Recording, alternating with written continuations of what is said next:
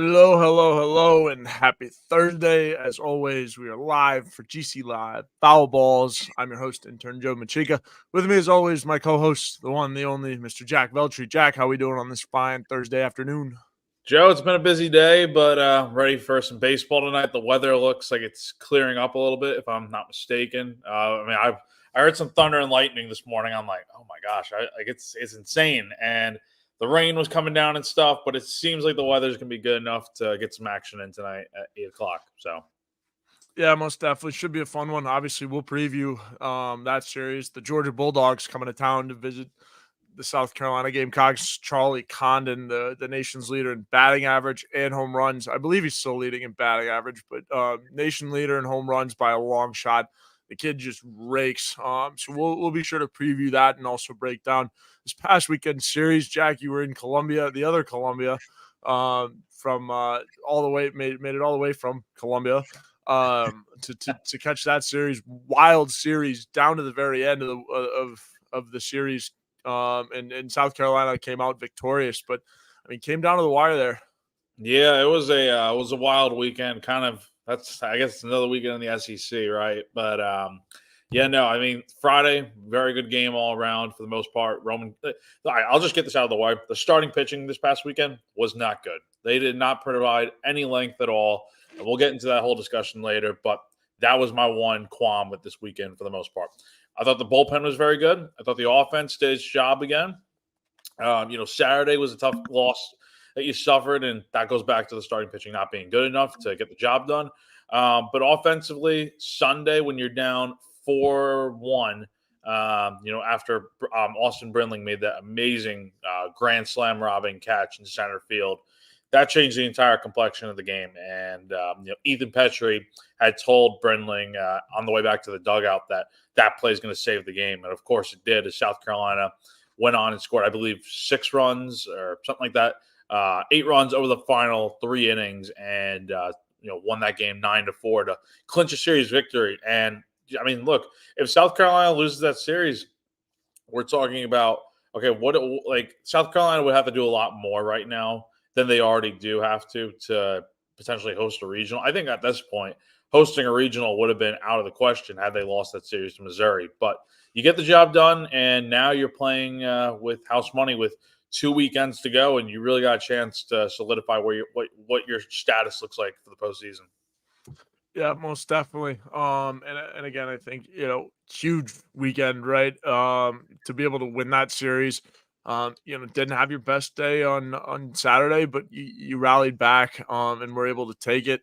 Now you got to worry about Georgia and then eventually number 1 Tennessee on the road. Not going to be an easy series, so you had to do a lot of your work in Missouri, take care of business and pretty much check all the boxes because you don't know what you're going to get out of Tennessee and you really don't know what you're going to get out of Georgia either. So, 2 really, really tough series to end the series or end this season on. Or end the regular season on. Obviously, there's postseason baseball to be played for this team, of course, but yeah, really, really tough way to end the season. So, a lot of your work had to have been done already up to this point. If you want to get away with, losing a couple here or there. So, I think really, really good job by AB swinging the whole tide. I mean, the team looked dead in the water, and if that grand slam had hit, I mean, it would have been the nail in the coffin. It seemed like, and so AB, I mean, how really, really good couple weeks from that kid coming out of just off the bench, and has really found a role for himself. I mean, he's hot with the bat. He gets on base, and so he's carved out the role. His role as a starting center fielder for this team. And Jack, talk to me about how AB's been doing. Yeah, AB has been looking. He's been looking very good. He's one of the guys in this lineup that's hitting above 300. And I literally just wrote a story for like just now on the fact that South Carolina's got, I believe, 6 of their 9 hitters in this new lineup they have are hitting over 300 this season, and that's in itself. I mean, when's the last time you could say that South Carolina has a lineup that is hitting above that threshold? And Brindling's definitely the guy that's been really swinging the bat well lately at the top of the order. I mean, he's hitting 356 on the year. Finally went yard the other day at Winthrop. He talked to me before the season about how he's not much of a power hitter and stuff, and that he can do other things to help the team win games. But I mean, look, I mean, he's got a homer this year, 10 RBIs, 489 slugging, and a 434 on base percentage. He's a guy that is doing his job right now at a high level, and his defense is also helping out with that. I mean, look, that grand slam, save and catch he made the other day, like I said, that changed the whole complexion of that game. And what he's doing with his bat right now, I mean, he's the perfect leadoff hitter for this team. He gets on base and he's able to, put the ball in play and do good things. So you really can't complain.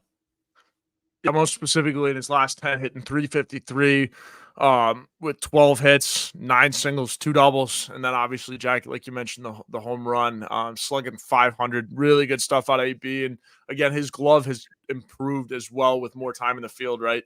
So I think that's huge because again, when he first kind of broke into the lineup, there were a couple fielding. It's like, man, Stone or Brewer could have gotten to that one, but AB, Yeah. I mean, that catch left no doubt that he's more than capable of doing great things in the field as well. So I think that's awesome. And so shout out to AB, man, because he's really, really carved out a role for himself.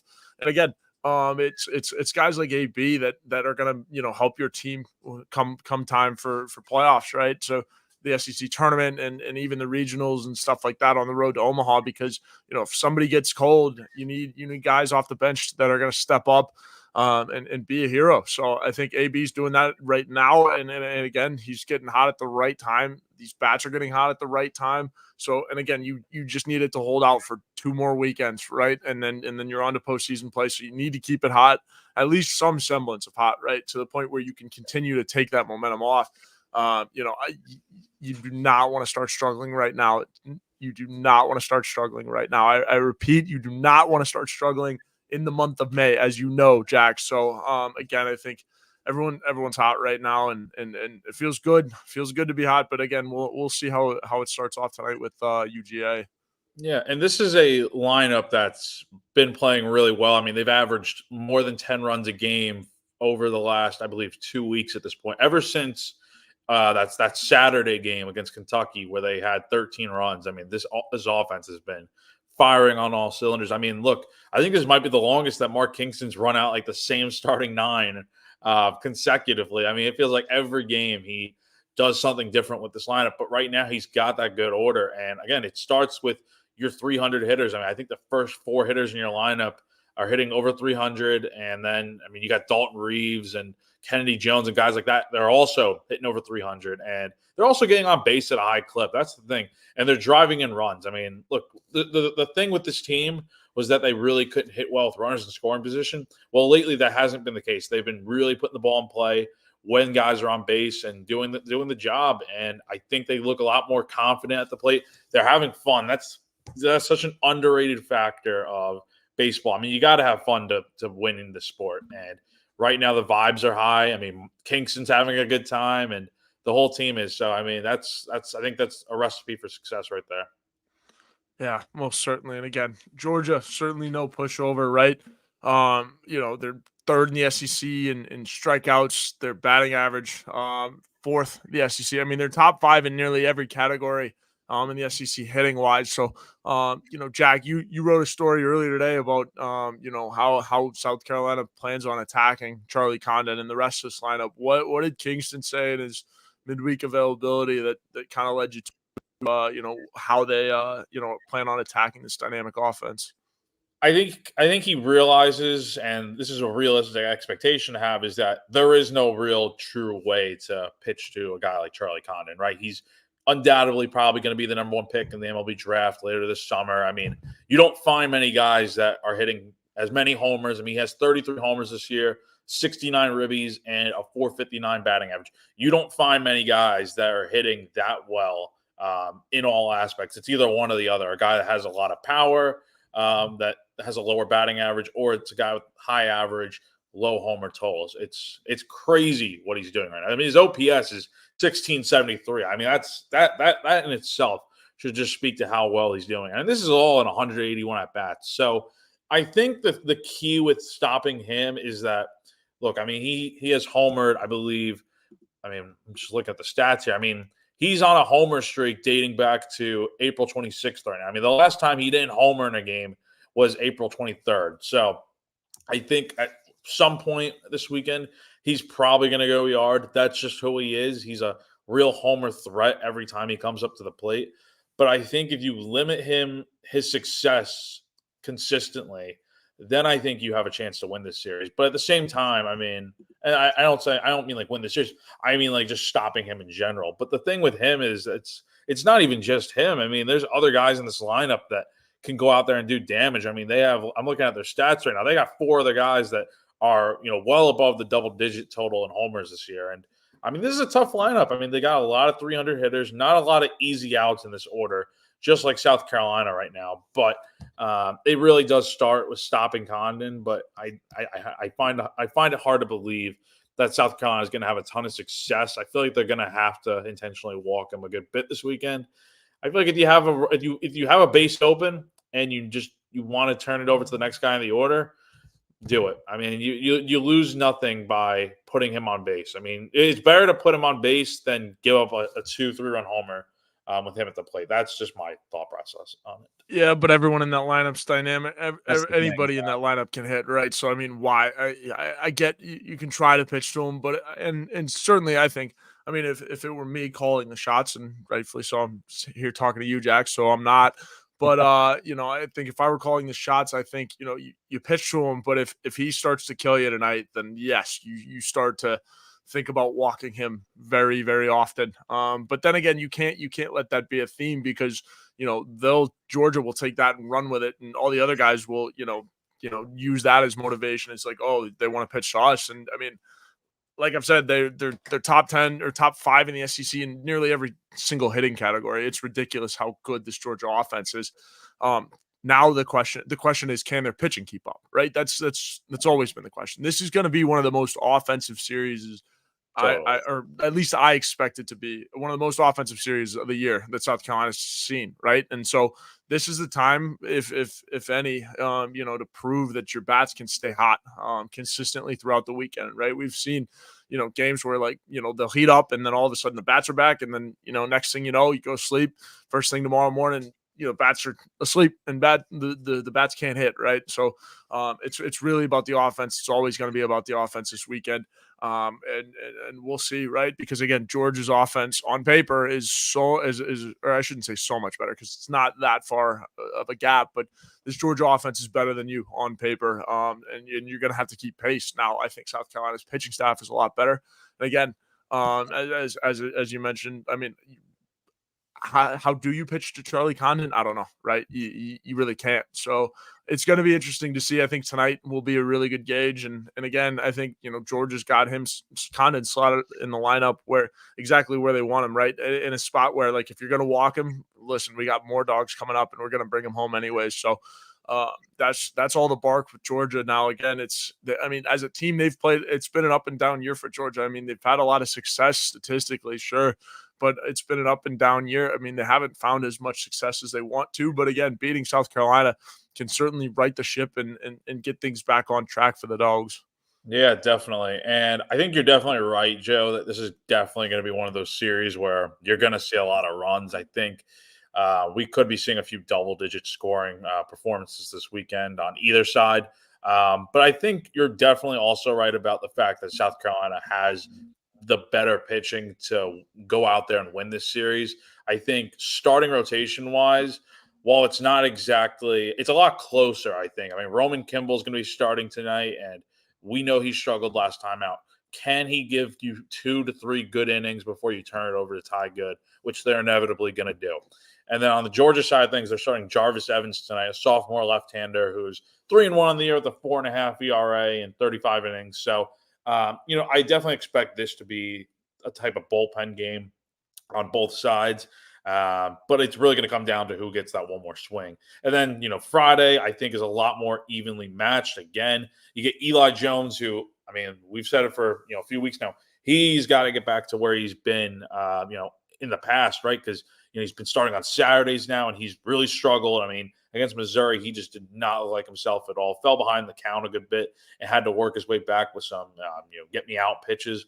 But, I mean, he's struggling right now. And, now that he's pitching on a Friday again, maybe he'll feel a little more comfortable out there. Maybe South Carolina's got a chance to win this series. This is where you really need your big dogs to go out there and eat. And look, I know Georgia's a very good team and all, but at some point, your ace, Eli Jones is the ace of this team.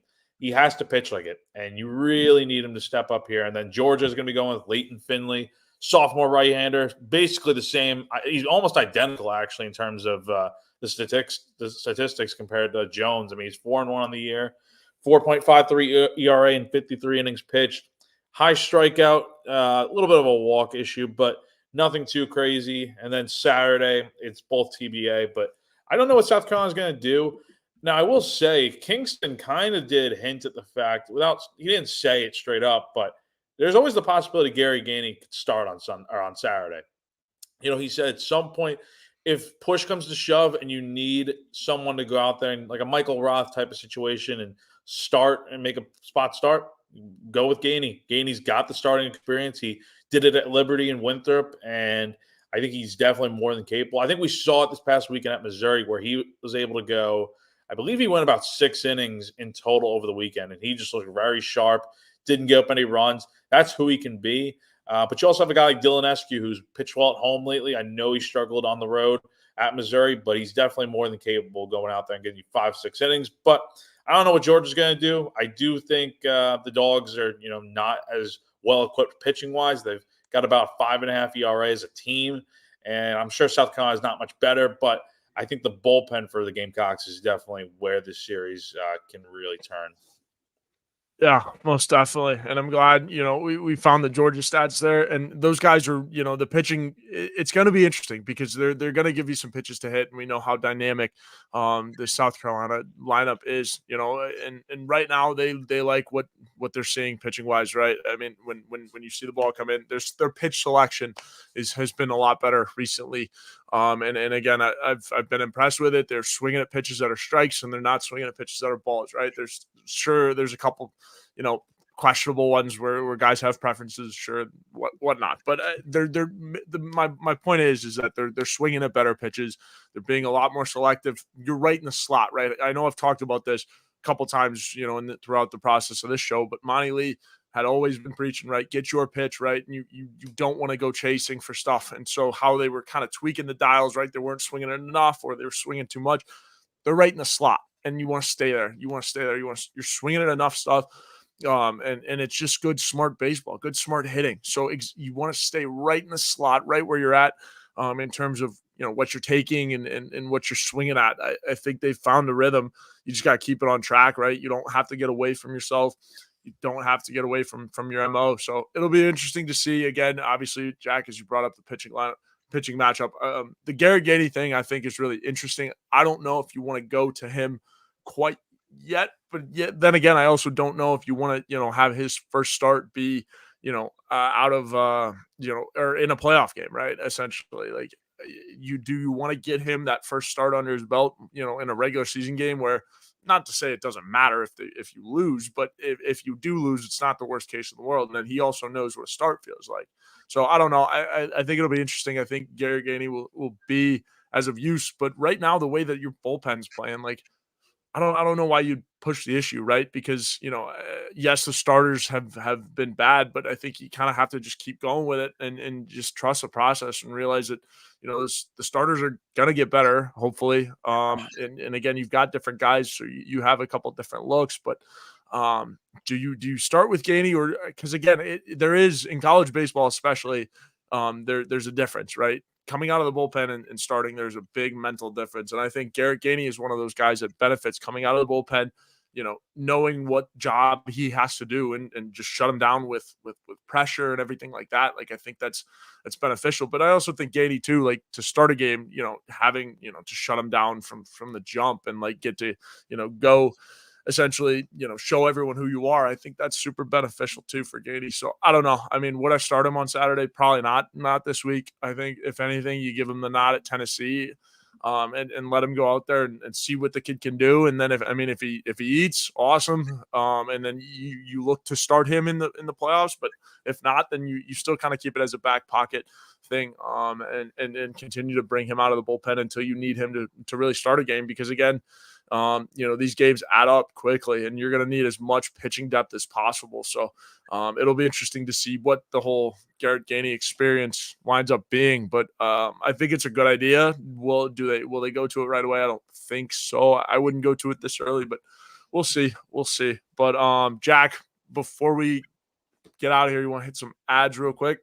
Yeah, sure. Let's do it. Go ahead, All right. Joe. First off, our good friends over at Liberty Tax. Tax ID is an uncertain feeling you get right before doing your taxes, but you don't have to go through it alone. The tax team at Liberty Tax in Irmo, Lexington, and Columbia will walk you through the process, clear up any confusion, and guarantee you'll get the biggest possible refund or your money back. It's tax time. If you're in a hurry for a refund, call in the tax team at Liberty Tax. They are fast, accurate, and guaranteed. On the other hand, if you think you might be owing Uncle Sam, talk to the Liberty Tax team to make sure you're not paying more than you should owe. They'll find every possible deduction for you. Locally owned and operated, staffed by tax professionals from your neighborhood. Open 9 to 9 on weekdays and 9 to 5 on Saturdays. Multiple service options. Start through the Liberty Tax mobile app or through the desktop portal. Make an appointment or just walk in. Give a call to upload your tax documents. And when you come in, your return will be ready to review and sign. Give them a call on your screen right now. And for those listening, 803-462-5576. Once again, 803-462-5576 for all of your tax needs this tax season. All right. And our second sponsor is our good friends over above me at Clint.Hammond Movement Mortgage. And are you in need of help with your mortgage? Call our good friend Clint Hammond at the Movement Mortgage Network. He's been in the mortgage industry since 2003, which allows him to help everyone from the first-time home buyer to the complicated and complex jumbo buyer. Whether you're looking to purchase a new home or a refinance, nothing is more important than a well-thought-out financial strategy that comes with 5-star customer service. He's even helped out our very own Wes Mitchell and former Gamecock quarterback Perry Orth with their mortgages. So give our guy Clint a call. The number above, 803-771-6933. Again, the number to call for Clint Hammond is 803-771-6933. That's our guy, Clint Hammond. He's the man, as Jack mentioned. But Jack, getting into predictions here, as we always do. And how do you think this one's gonna go? I don't know, man. What we have last week? Did you call sweep? I didn't call a sweep last week. No. Now I said Missouri was a dangerous team, and you saw that on Saturday. You did. So yeah, I think we both took 2 out of 3. So I guess we were right on that aspect. But getting into this weekend, I kind of, this series really does feel like it could go either way. I think at some point, whoever wins this series is probably on the track to hosting a regional. And for South Carolina, I saw the D1 baseball predictions yesterday for the tournament projections. I know a lot of people were upset that South Carolina went from a 10 seed to a 16 seed. And I think you have to factor in that they probably have South Carolina, not doing too hot over these final 2 weekends. My thing is they got to go, I think, at least 3-3 to get to that 16-win mark and guarantee themselves a regional spot as a host. But I do think South Carolina is going to win 2 out of 3 this weekend. I think they I don't know. I think they might drop tonight, and then I do think they can go out there and take the next 2. I think it's just one of those things where this offense is rolling right now, and I think if it really comes down to it, I think it does come down to the pitching, and I think South Carolina's got enough arms. I think you're going to be able – if you don't use Gainey as a starter this weekend, you have the ability to use him as someone that can pitch 2-3 innings on multiple days. And then, you have the rest of the bullpen too. Connor McCreary, Chris Veach, guys like that can come in and really shove. Ty Good and Matthew Becker too. Tyler Pitzer. I can name so many different guys that you can go out there and throw. Parker Marlott and feel comfortable with. I don't know if I can say the same for Georgia. Maybe there's guys out there that we're just not seeing consistently, but it's really going to be a telltale this weekend. And I think the starting pitching is going to do enough to give the offense a chance to go out there and win these games. So give me South Carolina win 2 out of 3 this weekend. Yeah, absolutely. My keys for this weekend are simple, right? You need your starters to go long. You don't want to use the bullpen as good as it's been. You don't want to use the bullpen as much as you can. You want those guys to be as well rested. You don't need anybody to make 2 appearances over the weekend either. And I don't think Kingston will do that this late in the season. I think guys are only throwing 1 day. But again, we'll see. But the starters have to be better, plain and simple, and they know that, right? I'm sure it's bugging them as much as they are, but just the length. All it is length. It's all you need out of your starters, And if you could let up 1-2 runs, that's fine. But you just can't have the one breakdown inning where it goes 2, 3, 4 runs. I think that's the biggest key for me this weekend. It's just the starting pitching. We know how good this offense is. We know how hot they are right now. Moose leading the way. I mean, and I don't know how we haven't talked about the Moose really yet this entire episode, but the Moose, I mean, SEC player of the week last week. And then his brother continues to just dominate baseballs too, send baseballs to the moon over Somerville, South Carolina commit Carson Messina, which again, knock on wood that he, obviously you hope the best for the kid, but if he keeps dominating, he's going to go to the draft. So we'll see. We'll have to see with that. But the Messina family is a problem to baseballs right now. They are. They keep hitting tanks. It's ridiculous. So I fully expect Moose to be leading the way for this offense, and the offense is not going to be a problem. Now you do have to score runs early. If you're South Carolina's offense, you want to get to Georgia's bullpen because that's the biggest question mark with this team, right? We know how good their offense is. We know how good their starting pitching is. But you got to get to the bullpen. You got to get to some guys that, haven't had as much experience. Founders Park, the left field loonies, everybody will be out this weekend. So, it's going to be a hard place to play. That is for certain. So again, you want to get to the unexperienced guys, the guys that don't have the stuff that don't have the full, confidence to play in an atmosphere like this. And then, it's from then on, it's just rattled, right? Like you do your job as an offense to rattle a guy and then next man up, right? Continue to pound runs in. And I think you'll find some success, but you need to get to the starters early. And if you can do that, right, I think you can take 2 out of 3. And then, I mean, shoot, I think if you can find a way to win, get to the bullpen early. No errors either, because Jack, again, if you're going to have to walk Charlie Condon, no errors, no nothing. You need to be lights out in the field. No more walks, right? Obviously, if you're loading up the bases and then you might have to pitch to Charlie Condon, and that's a bad idea. So again, you really don't want to put yourself in any tight spots with walks, errors, anything like that. It goes without saying, but we always say it anyways.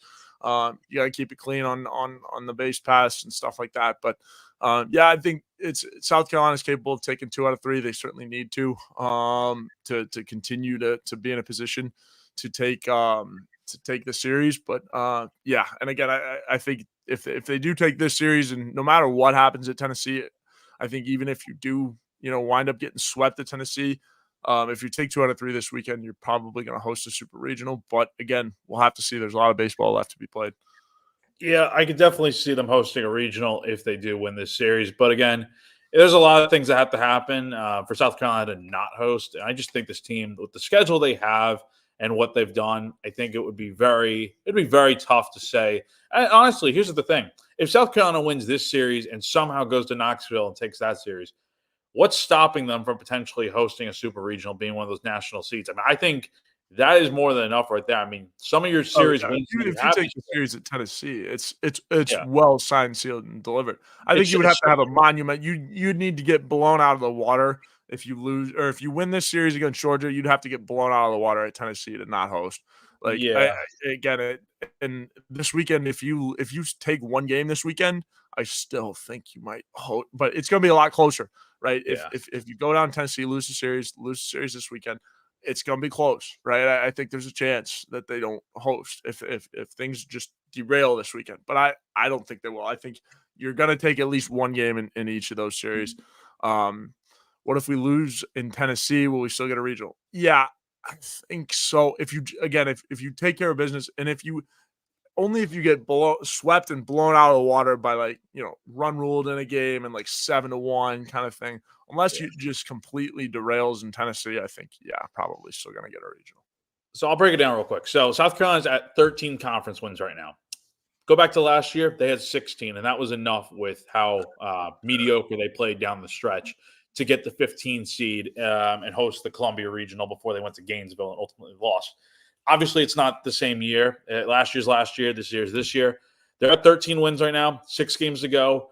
If you get 2 or 3 more, that puts you around the 15, 16 mark. That should get you in. That should get you to host a regional here in Columbia.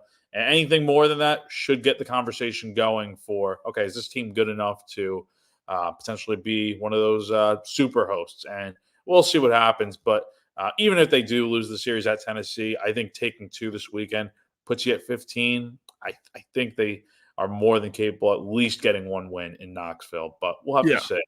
Strength of schedule certainly plays into it, absolutely, and again, they know that Tennessee's the number 1 team in the country by all means, so, strength of schedule, absolutely, and again, I think to Jack's point, like you just made, with the 13 wins rather than the 16, I think that's a lot of strength of schedule coming in, and as much as I hate to say it, Clemson helps, right? Those with Clemson doing well, like, it plays into the strength of schedule, and as much as that hurts to say, like, it helps. It really does. So, and even though they're not making up that grudge match game, Yeah. it's just still a little bitter about that. But no, strength of schedule is certainly playing in here. Yeah, and if you want to look at the numbers for a second, I mean, South Carolina is 14th in the RPI, which is very good. Strength of schedule is 13th in the country. In quad one games, they're 12-12 this year, which I think you'd like to be better. There's some games in those quadrant one marks where you definitely could have won.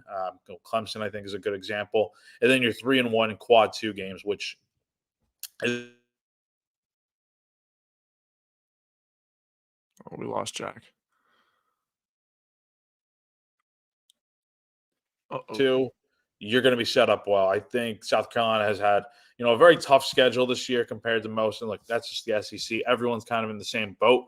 But I do think, like I said before, 15, 16 wins, that should get the job done. And the fact that they dropped from a 10 seed to a 16 seed in these projections, I wouldn't really pay much attention to it. It's just projections at the end of the day. And I like D1 baseball. I think they do a good job. But I don't buy it. And I think South Carolina could end up at minimum, I think around that 10, 11, 12 range. So we'll have to see what happens. But should be a fun weekend at Founders Park.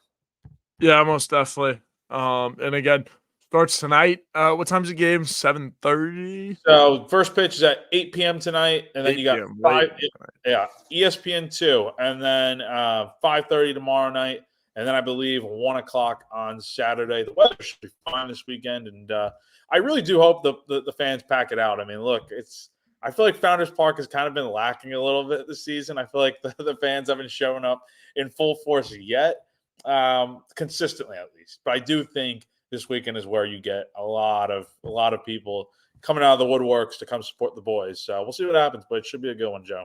Yeah, absolutely, and always, I mean, the left field loonies always doing a great job out there, Right. making Founders Park home, home of the left field loonies and South Carolina baseball, so shout out to them. I mean, and again, the atmosphere, Jack, I think will be up to par, and if it's not, man, I don't know what That's else you want this that's baseball team to do. disappointing, Yeah, dude. I don't This know what else you want this baseball team to do, and I mean, I'm not pinning it on anything like that, but, like, if this atmosphere isn't, like, the best one of the best ones yeah. you've seen all year, we gotta reevaluate some things. But yeah, so it'll be interesting. It'll be a great weekend. If you see any of us out at Founders Park this weekend, don't hesitate to say what's up.